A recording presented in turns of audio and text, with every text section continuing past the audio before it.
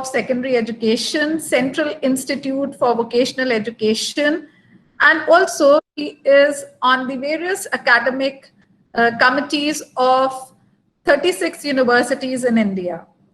He is PG in Tourism Administration.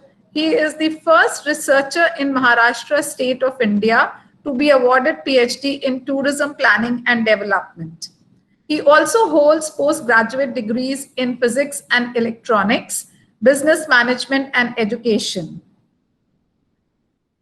Dr. Ragre has pioneer research in tourism planning and development, Ambedkar tourism, tourist police, eco-tourism, fort tourism, Sufi tourism, and many more tourism aspects. The findings of the research have been included in various UG/PG programs. He is a versatile persona. He is an avid reader, having a personal library of over 4,000 books. He is also a professional photographer whose work on tourism sites have been exhibited across India. He is also an amateur archaeologist and art collector, having over 1,000 artifacts. So we welcome Dr. Rajesh Ragreji to this knowledge trip. We are very thankful to you, sir, that you have taken out time. And today the session will be taken on topic, the wonder that is Ellora. So the online platform is yours, sir. You can begin with this session, sir. Thank you, Madam Dr. Charushila, for introducing me. The Director of the IITTM, Dr. Alok Sharma ji, the Nodal Officer of IITTM Noida, my dear friend Dr. Pawan Gupta. First of all, I would like to wish him a belated happy birthday. Yesterday was his birthday, we couldn't wish him. So I thought we should wish him online. And dear students, today... आवाज थोड़ा cut रही है. आपकी आवाज clear है. Hello. Am I audible, ma'am? थोड़ा सा clarity नहीं है, sir. Oh, 1 minute. Now, is it audible? थोड़ा सा बेटर हुई है, सर. थोड़ा सा बेटर. थोड़ा better हो गया ना? So, I'll just try. So, dear students, today we are going to have a session on the ancient caves of Ellora. Am I audible, ma'am? हाँ जी, sir. Okay. So, last time my colleague and my wife, Dr. Madhuri Savan, she conducted one session on the caves of Ajanta. So, Ajanta and Ellora are close by the location. But I will introduce once again, like Ajanta, Ellora is also the first World Heritage Site of India. And Ellora is very unique. Like in our country, we say that whenever we talk about India, it is said that if I ask you who is the aboriginal of India, the inhabitants of India, so nobody can claim that we are the true Indians, because since the thousands of years, people from all over the world, they have been coming to India. We find that from the northwest or the northeast, from the sea routes, so many people came. We have the people from the African origin, from the Negroid origin, from the Greco-Roman origin, and we have literally all people from all races and religions from the world. So it is said that India is a country which is having unity in diversity. So where do we find this unity in diversity? So I think that the best place which can show the unity in diversity is the World Heritage Site of Ellora. Ellora, because this is the only place in India. Now we find a lot of politics is going on. throughout the country, throughout the world, people are fighting for the religion from one side, another side. So many clashes are there. But Ellora is the only place, I'll say not only in India, but also in the world, where we find the coexistence of all religions, the major religions. Like in Ellora, we find the caves. The caves are belonging to not only one religion. The caves are belonging to the Buddhist faith, the Hindu or Brahminical faith, and the Jaina faith. So these three religions, major religions, they have coexisted since last 1,500 years. Again, we find near Ellora, which I will be showing you. Near Ellora, we'll find the holy sacred town of Khultabad, where we find the Sufi saints, more than 1200 in number. They have been buried there. I always say that Khultabad is the Sufi capital of the world. So this is the location.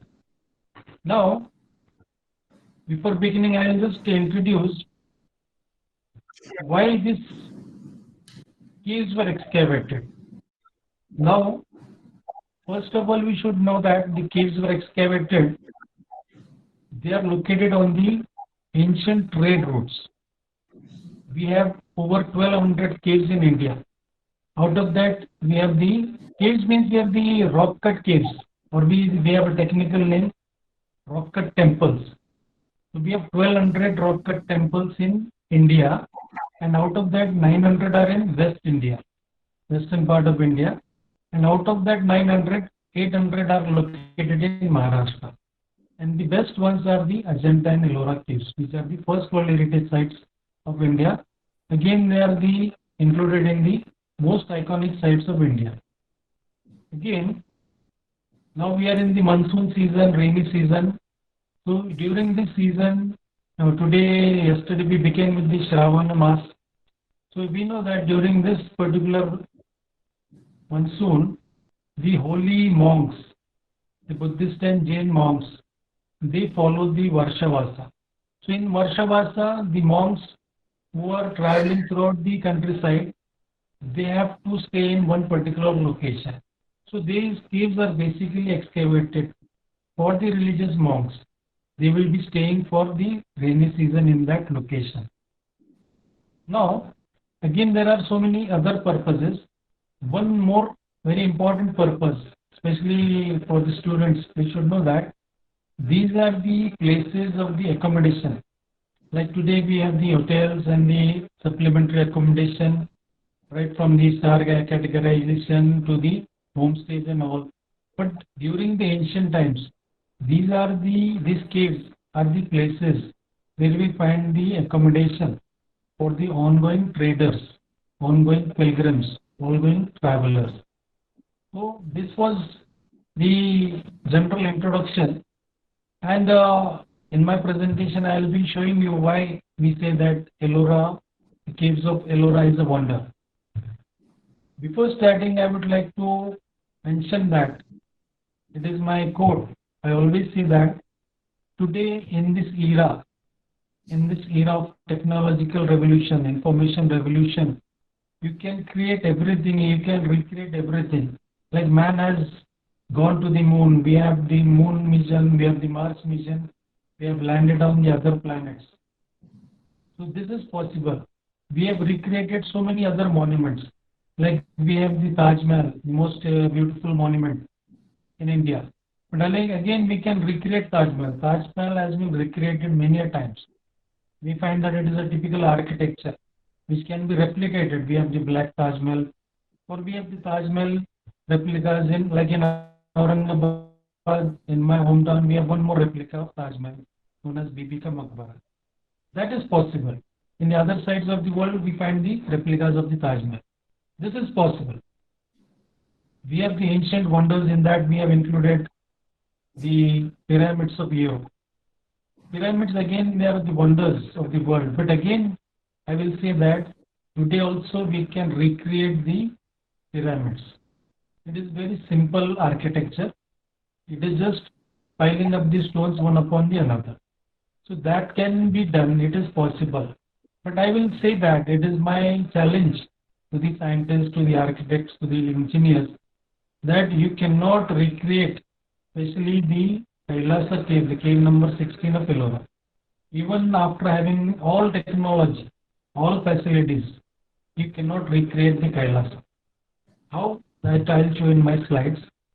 So here we can find that even after having the supercomputers, like India is having the Param computers, we can design anything, everything. We have all designs, but again we cannot recreate the Kailasa temple. This is something very unique. This is something very unique because it cannot be replicated anywhere. So this is the wonder. Now we find that there are so many wonders in the world. Ancient wonders are there. Some years ago again we had a online platform. They again voted for the new wonders of the world, old wonders of the world. So many things are going on. So I'll just start. I'll begin with my session.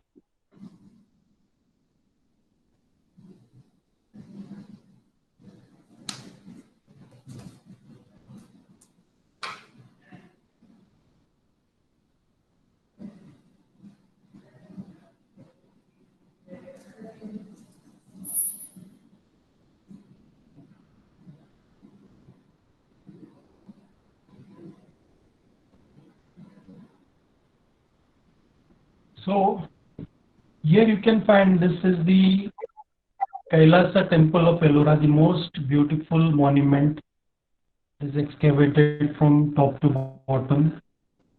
I'll go to that. So this is the general view when you enter the cave complex of Ellora. The first cave which is visible is the cave number 16, popularly known as the Kailasa cave. Now, we know about the latitudes and the longitudes, but here I have taken a very different view. Like on this slide, you can see I have mentioned the energy lines. There is one Professor Scott Onscott. He is a professor for architecture and is an expert in the sacred geometry. He has found that through his research, he has mentioned that, now you can see in the location map. So he has located the Kaaba, the holy Kaaba in the Mecca, the Kailash temple in India, and the Angkor Wat in Cambodia. They are all one, they all fall on the one similar line. You can see the red line. You can find that the location is on a straight line. Three very important sites, sacred sites of the world. The Holy Kaaba, the Ellora Kailasa temple, and the Angkor Wat. This is very unique. We don't know. Now these alignments, they are not according to the latitude or the longitude, or they are not according to the distances given in the geography or the travel books. So these, we can say these are the energy lines, because here we find this holy sites, they are full of energy.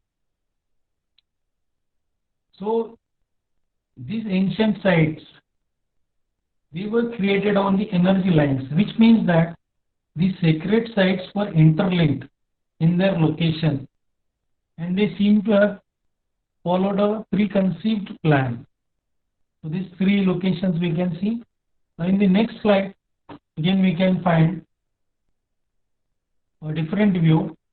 Here we find the Angkor Wat, the Forbidden City, the Everest, then Ellora, and the Mecca. So in the next one, we find some equal distances are there. So the calculations are there, and here you can find that this is a map taken from Google Earth, and again it is showing that the distances are equal. So we know that the Kailash temple and the Angkor Wat, the distance is 3,141 kilometers between these two. Again, it is similar.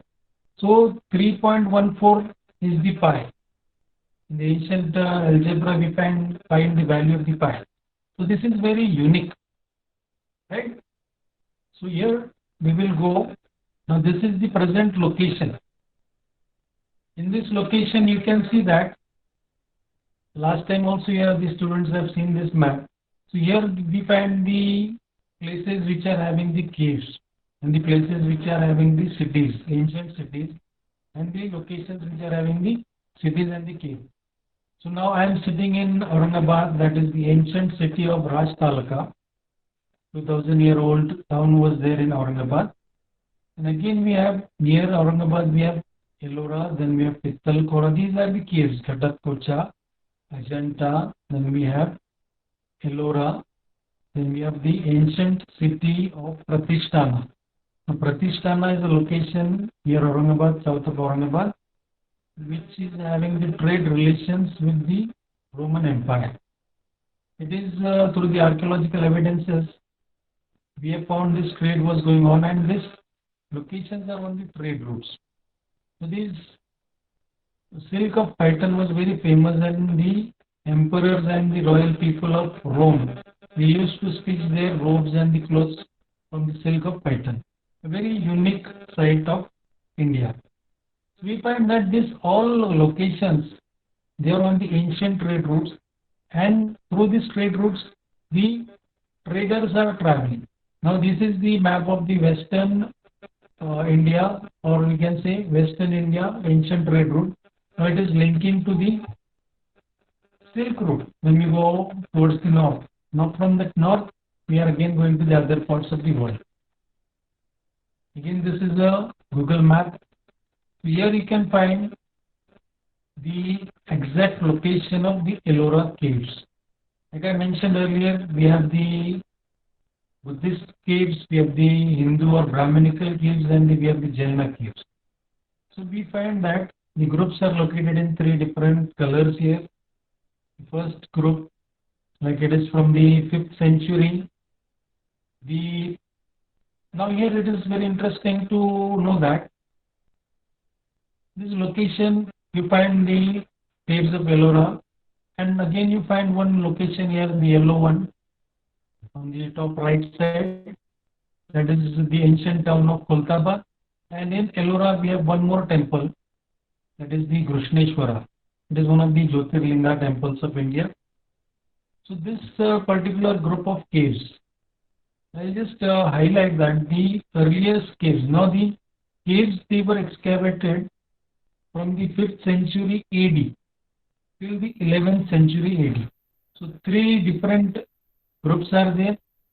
Like we know that the Buddha, Lord Buddha, his era is from the 564 BC to 482 BC. And we find that the caves began. Then we find the Ashokan era is there. It is 273 BC to 236 BC. During this period, we find the work or the excavation of the caves has begun in the Ashokan Empire. Now it is very unique. Like I only mentioned only 1200 caves in India, but when we look at the Ashokan Empire or the Mauryan Empire, it is not a very small empire. It is the most biggest empire of the world in that time. So we find that from the Central Asia, the empire is beginning, and the entire part, Indian continent, subcontinent is there in that empire, and only the part of the Sri Lanka and Tamil Nadu was not in that particular empire. So in that empire, we find there are thousands of caves. Like we find that Ashoka built 84,000 stupas and 84,000 viharas. These were there located in his empire. Along with these stupas and viharas, he also excavated the caves. So the earliest caves we find, they are also in Aurangabad region, that is Ajanta, from 2nd century BC to 2nd century AD. The work was going on in the first phase. Then in the second phase, 5th century to 8th century AD. So in 2 phases, Ajanta was completed. During the same time, during the second phase of Ajanta, we find the caves of Ellora. This cave of Ellora, they began the excavation. So this group is excavated from the 5th century to the 7th century AD. So this gives 5th to 7th century, and from 7th century AD till the 9th century AD, we find the Brahmanical group or the Hindu group of caves, in which we find the Kailasa temple. So the work went till the 9th century AD. And after during the 9th century, the work at the Ellora Jaina cave started. The last group, you can see in the grey color. So this particular three groups, they began from the 5th century AD and ended till the 11th century AD. Now these particular caves, basically we find that patronage was there from the then rulers of that region. Basically the patronage was by the Rashtrakutas. And along with the Rashtrakutas, we find that the Kalachuris, their dynasty was there, the Chalukyas were there, and later the Rashtrakutas. So all these three major dynasties of that era, they have given the patronage. But interestingly, we find the location of Ellora, it is in the Satvana Empire. And the Satvanas, very less mention is there. Very few mentions are there about the Satvana Empire, which has given the patronage. They have given patronage to the other sites, like in Pittalkora. So there we find the reference. They have even funded the stupas at Sanchi. The Satvanas, they even funded that particular site. But we find a little mention about them in Ellora. Now, after this, we will begin with this very interesting site, the wonder of the world, that is Ellora. So here you can find in this slide, from this is a single monolithic rock, a mountain. The caves have been excavated from top to bottom. The work has begun from the top. So basically the cave of Kailasa, now this is the Kailasa cave. The Kailasa cave is based on the Virupaksha temple at Patadakkal. So Patadakkal Virupaksha, it is a structural temple.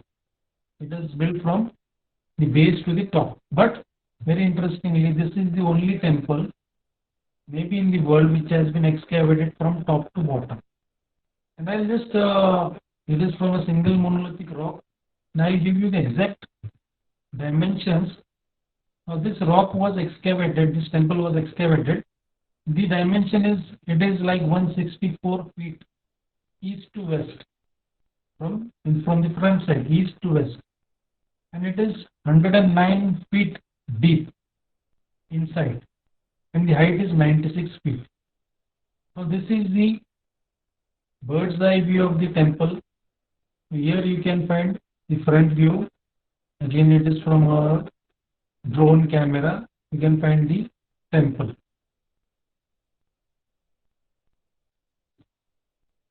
Now this is one view from the inside of the temple. Now, this temple has been excavated, and it is said, or when you will visit this temple, you will find, you will wonder, like how this thing was possible, how much stone was excavated, how much stone was cut down. So there are so many figures.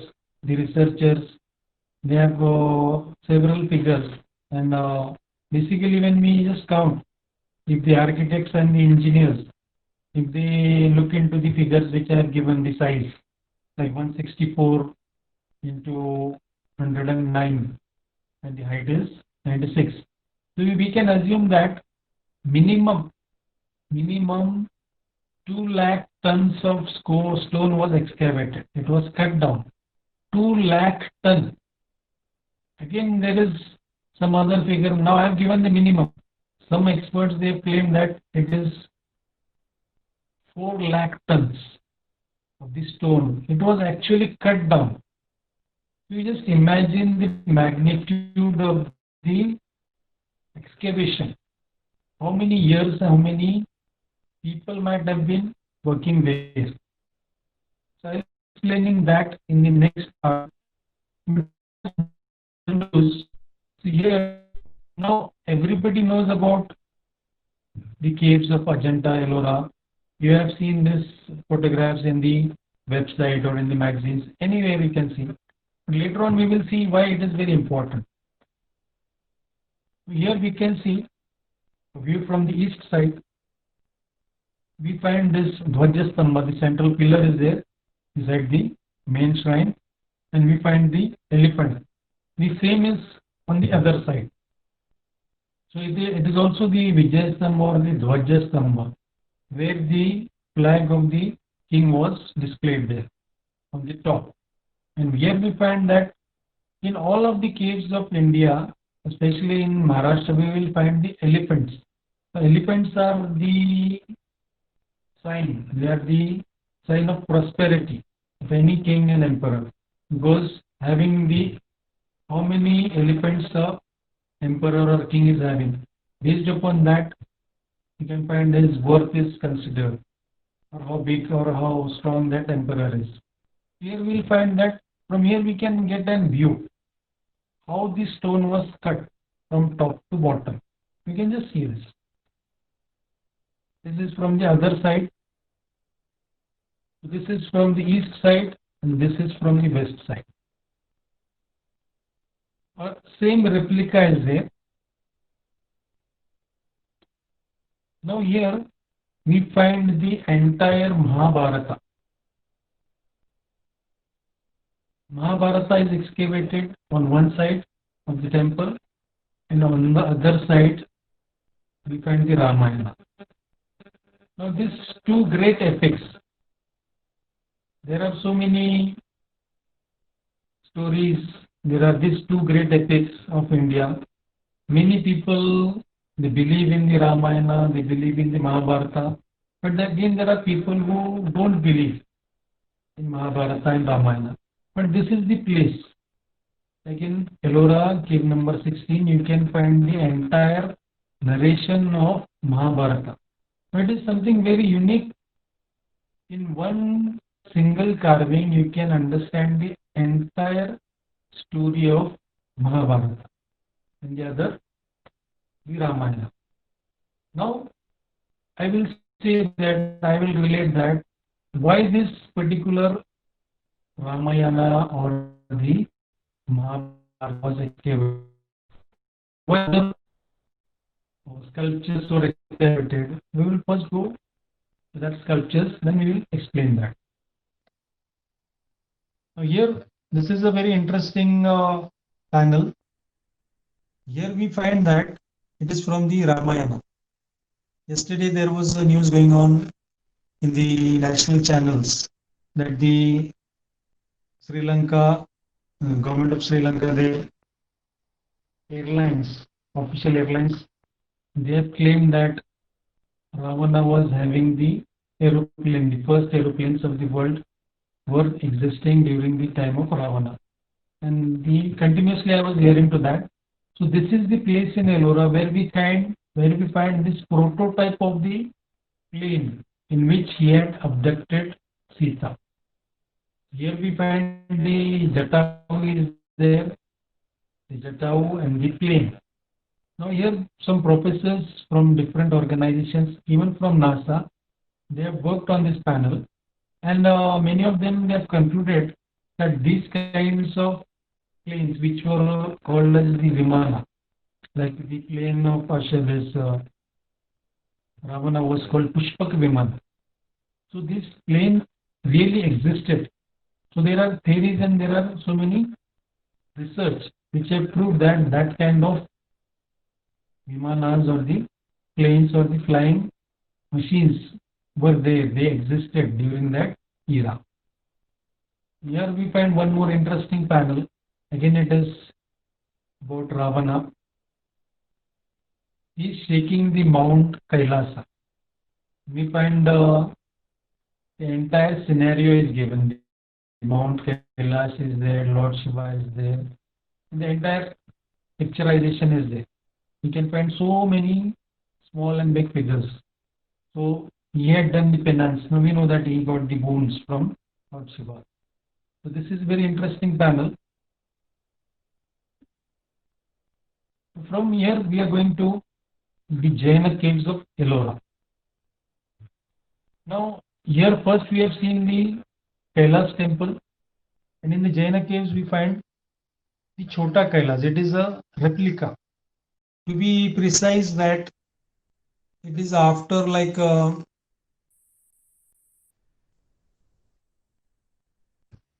400 years, the same attempt, same as the Kailas temple was attempted at the Jaina caves in Ellora. So we find a small replica. It is known as the Chota Kailas. In the Chota Kailas, this is the Jaina temple. This is the entry. Again, the similar kind of architecture from top to bottom is seen there. It is visible there. This is the Dwajastambha of the Chota Kailash. This is the main temple, entrance of the main temple. This is the interior of the temple. Here we find so many sculptures of the Tirthankaras. Different Tirthankaras, they have been depicted here.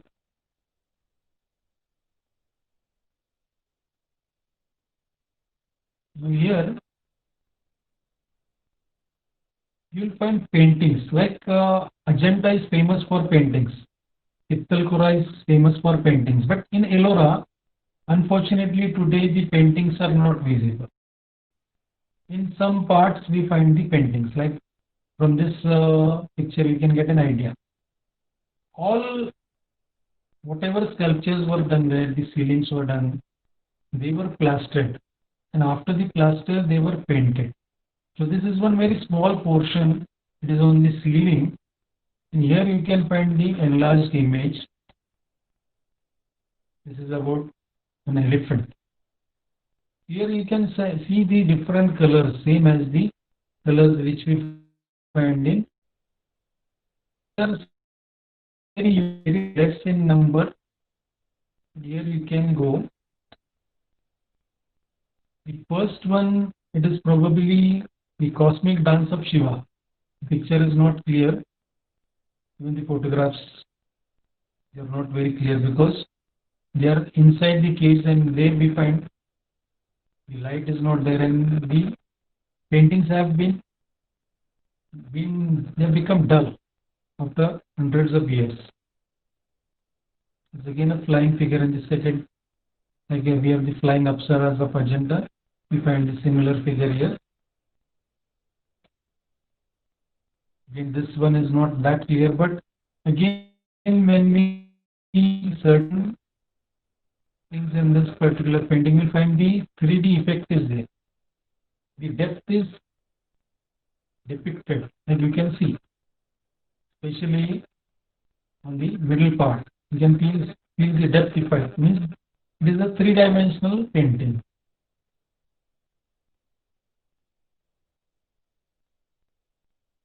This is one more on the ceiling. Now the paintings are not that much clear as we find in Ajanta.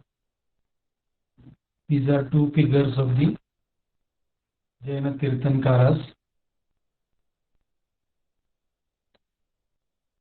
Now from here we come to this Buddhist caves. Now in Dr.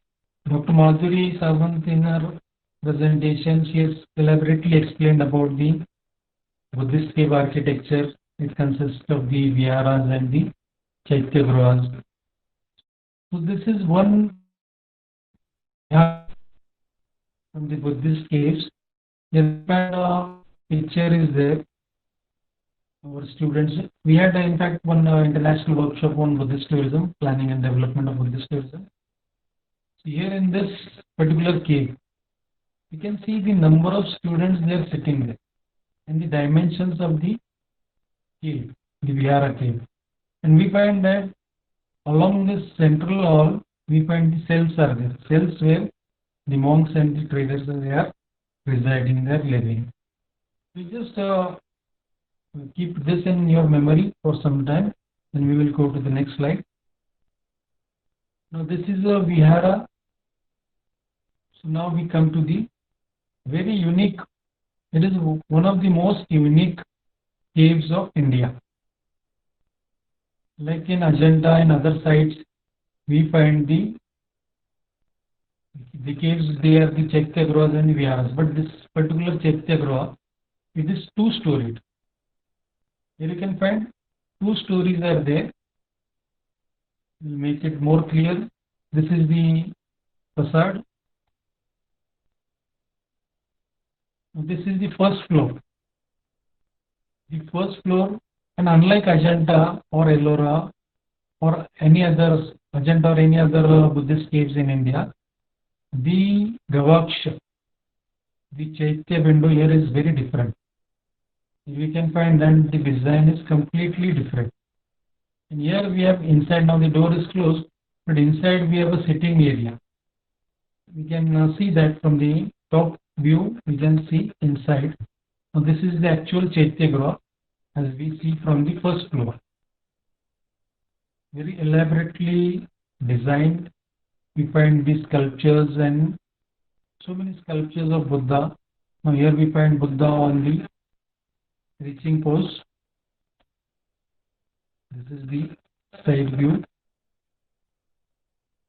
Actually, this is the stupa, main stupa. Madam has explained to you that this is the stupa in the center with the Harmika, where the holy relics of the Lord Buddha or the holy monks are kept there. Some relic is there, then only it becomes a Chaitya.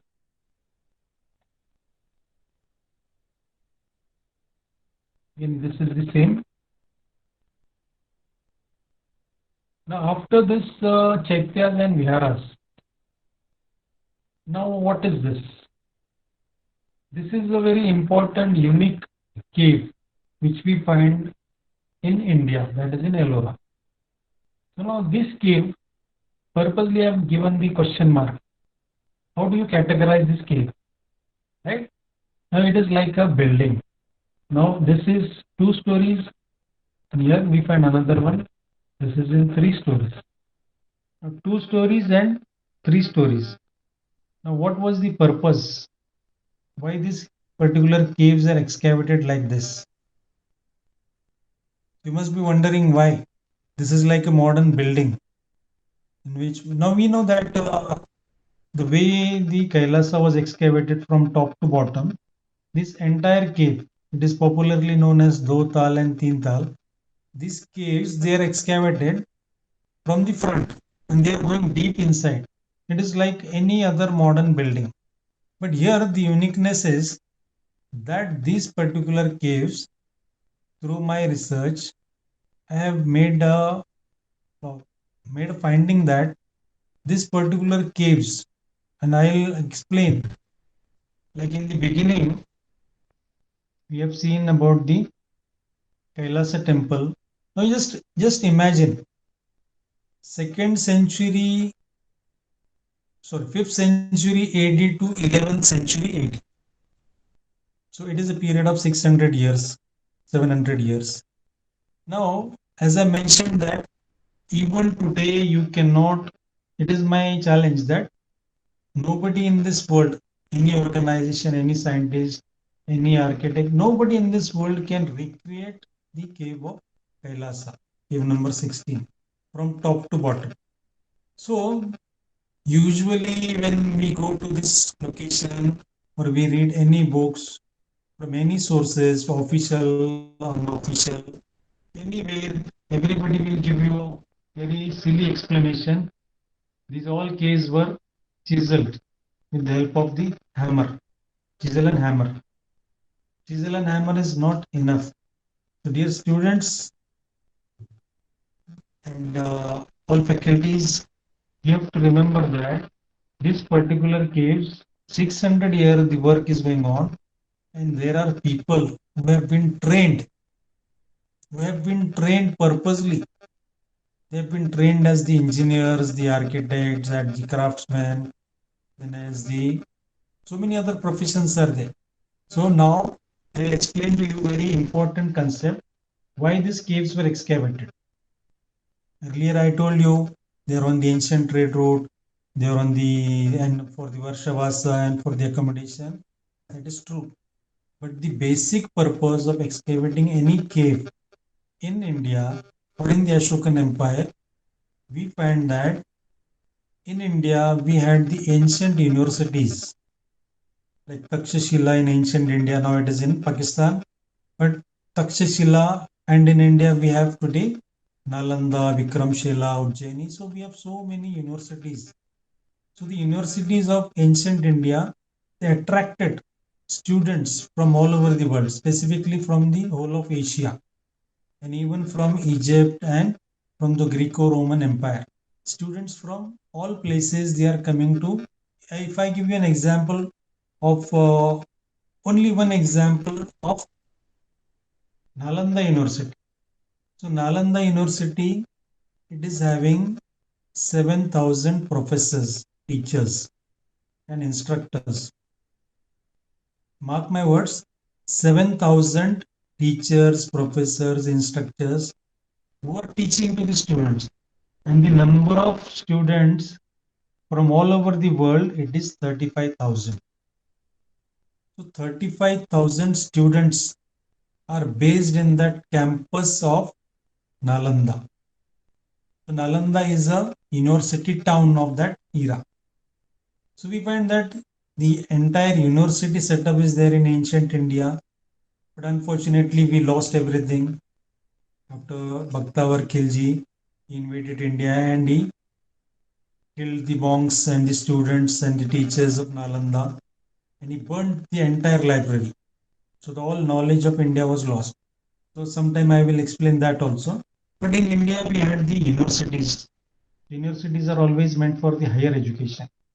Now these are the places, through my research I have proved that the place which you are seeing right now. So these locations, the caves, these are the institutes of skill development. Like here we find the people, the students, they are groomed, they are trained in various skills required in that era. Now you must be wondering who constructed this particular caves. So the laymen or the whatever we find literature, they say that the monks excavated the caves. That is not true. Monks had a religious purpose. They are going for that purpose. They are traveling and they are preaching their philosophy and religion. But here we find in these caves the entire setup of the institute is there. And this is one kind of institute where various vocational skills are being taught to the students of that region. You just imagine if the work is going on for 600 years at Ellora, what would be the manpower required in that particular location? So at least we need 1,000 people, 2,000 people who would be working at that site, from the general labor who is just lifting the stones and throwing it away from the cave site. Along with that, we have the skilled manpower, we have the semi-skilled manpower, we have the architects, and then we have the engineers who are making the plans. And the plan is not a plan like what we use today. This plan, like suppose if we talk about Ellora, cave number 16, according to the official duration of the cave excavation, 200 years. 200 years is required for excavating the Kailasa temple. So for 200 years, how many people are going to work there? The plan is ready and it has to be executed. It has to be managed. For 200 years, how many people, skilled manpower is going to be required? Unskilled and semi-skilled, how many are required? And how many generations would be working there? So this is a continuous process. So that is taught in this particular institutes of Ajanta and Ellora. So this is one very good example. Here you can see the accommodation. This is the particular location of the institute. Now this is inside the particular Tinta cave. Here you find the images of the Buddha.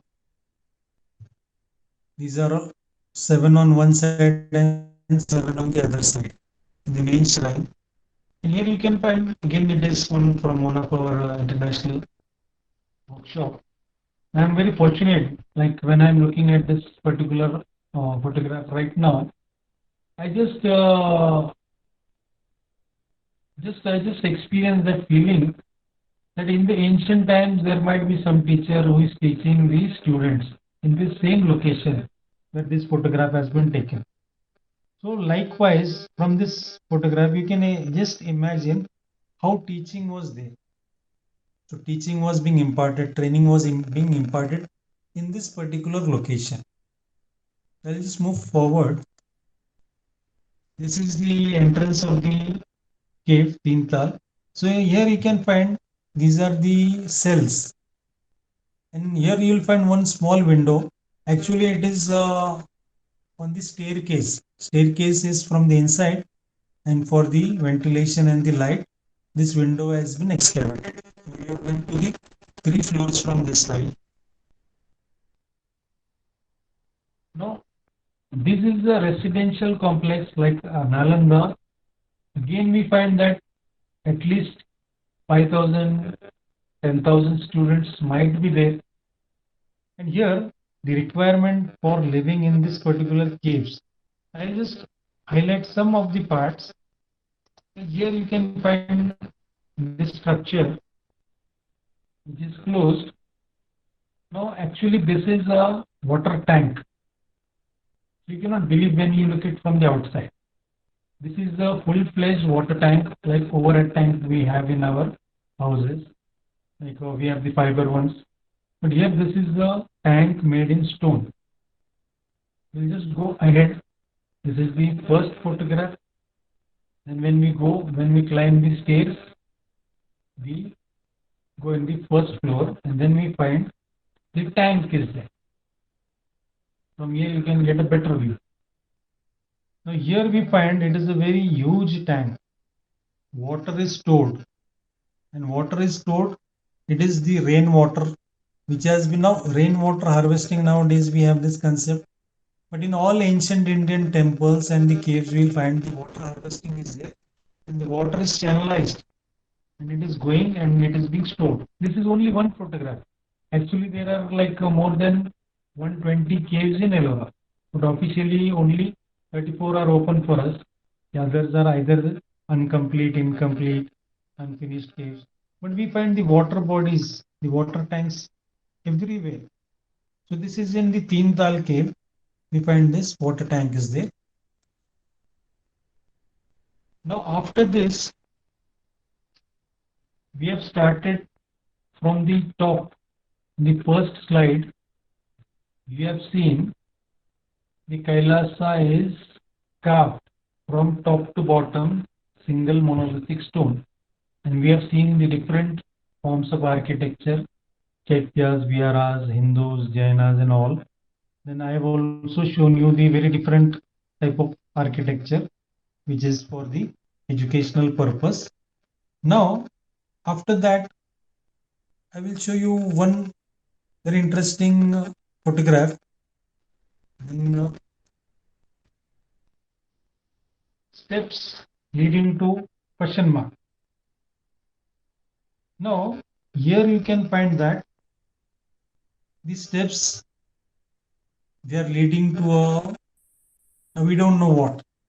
Everything is closed inside, and it is believed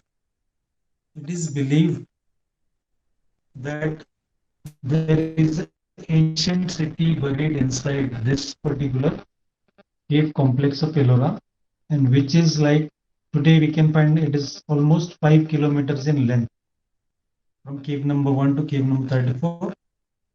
The distance is 5 kilometers. Many times we find in the caves that there are steps which are going down. So when we go down, actually it is closed for the general people. Even the people from the archaeological survey, they have not gone inside. Because when we go inside, we find there are so many things and we don't know what are they. But it is generally believed that now there are, when you go to the YouTube or when you go online, you will find so many videos are there. So one very popular video is there, like from History Channel. Did the aliens build the Kailasa cave or the Ellora cave? There is one video like the existence of a small town beneath the caves. So I think that we have to investigate. Now these steps are leading down means there is something which has not yet been explored. And this is something very unique. So all these days, all these years, we have been looking at the architecture in Ajanta, Ellora, and all other caves, which is visible to the eye, which is above the ground. But nobody has explored what is below the ground.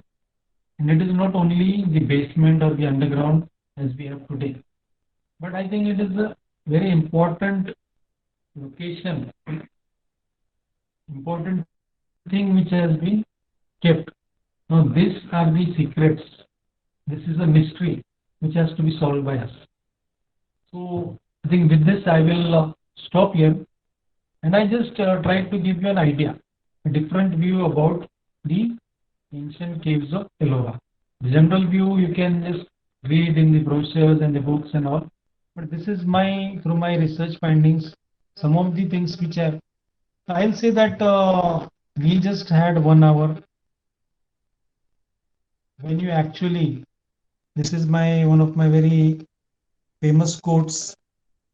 I always say that if you want to understand Ajanta or if you want to understand Ellora, if you want to understand Ajanta or Ellora, it takes more than one lifetime to understand these caves. And we just had only 1 hour. So in this very short span of time, I tried to highlight some of the aspects of Ellora.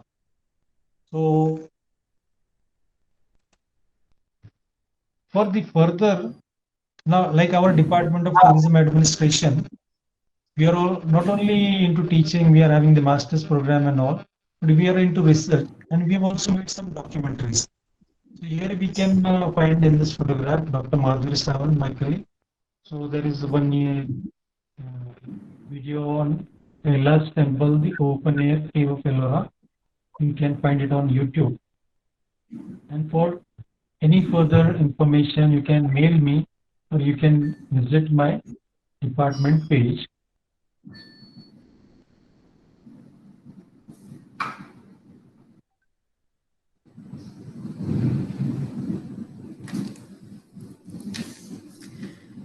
Thank you. Madam, this was the very brief introduction to.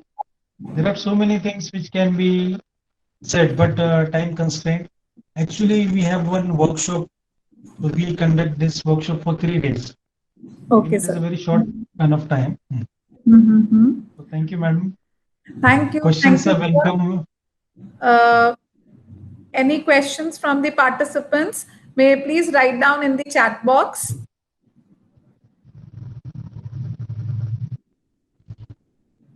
I don't find any questions. I don't find any questions, sir. So Okay. thank you so much for this beautiful session and for motivating our participants to actually go and witness these caves for themselves. And these are actually very unique caves. They are the beautiful artistic creations that we are lucky to have with us. There's one question that I can see if you can take, sir. What are the similarities to these caves of Ajanta and Ellora? Actually, the similarity is the same. All caves are similar. Basic architecture, it is the same. Like the Chaityas and Stupas. You'll find similar everywhere. In all of the caves, Buddhist caves, the architecture is the same. But in Ajanta, we find along with the sculptures, we find the paintings, sir. So this is the only difference. In Ajanta, we'll find the paintings, and in the rest of the caves, we find the sculptures. The Buddhist. Okay. Okay, then. Thank you so much for taking Thank time you. with us, and thank you so much, sir. Thank you. Thank you. Participants for being part of this session. Thank you so much. Thank you. Okay.